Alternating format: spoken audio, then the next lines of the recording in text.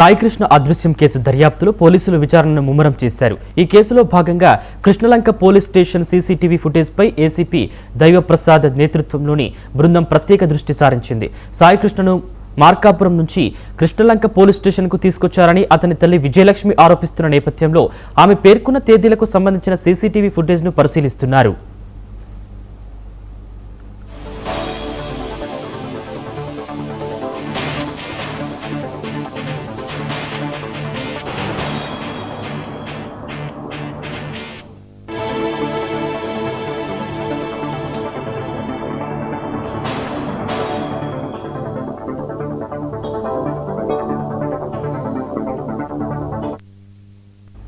ఈ క్రమంలో కృష్ణలంక పోలీస్ స్టేషన్లో విధులు నిర్వహించిన సిబ్బందిని ఏసీపీ దైవప్రసాద్ బృందం పూర్తి స్థాయిలో విచారిస్తోంది. సాయికృష్ణ తల్లి చెబుతున్న తేదీల్లో డ్యూటీలో ఉన్న ప్రతి ఒక్కరి వివరాలను సేకరిస్తున్నారు. ప్రస్తుతం అందుబాటులో లేని సిబ్బంది ఎక్కడ ఉన్నారు, ఎప్పుడు విధుల్లోకి వస్తారు అనే సమాచారాన్ని అధికారులు తెలుసుకుంటున్నారు.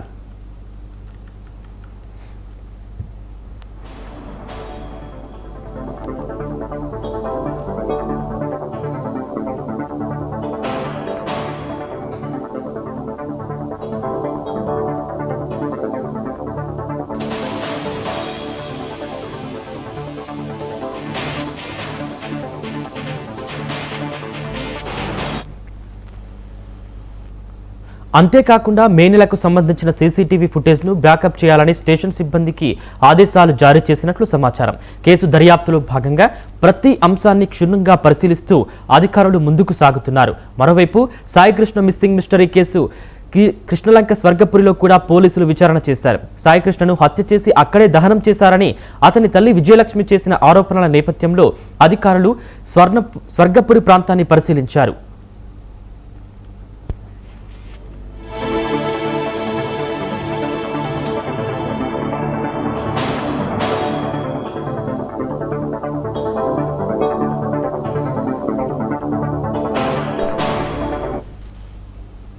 విచారణ సందర్భంగా స్వర్గపురిలోని సీసీటీవీ ఫుటేజ్ను ఇవ్వాలని అక్కడి సిబ్బందిని పోలీసులు కోరారు.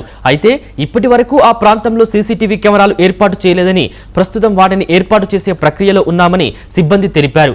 మే 20 నుంచి మే 29 వరకు ఏవైనా ఫుటేజ్లు అందుబాటులో ఉంటే ఇవ్వాలని పోలీసులు కోరినప్పటికీ అలాంటి రికార్డులు లేవని సిబ్బంది సమాధానం ఇవ్వడంతో అధికారులు వెనుదిరిగారు. దీంతో సాయికృష్ణ అదృశ్యం కేసులో దర్యాప్తు మరింత కీలక దశకు చేరుకుంది.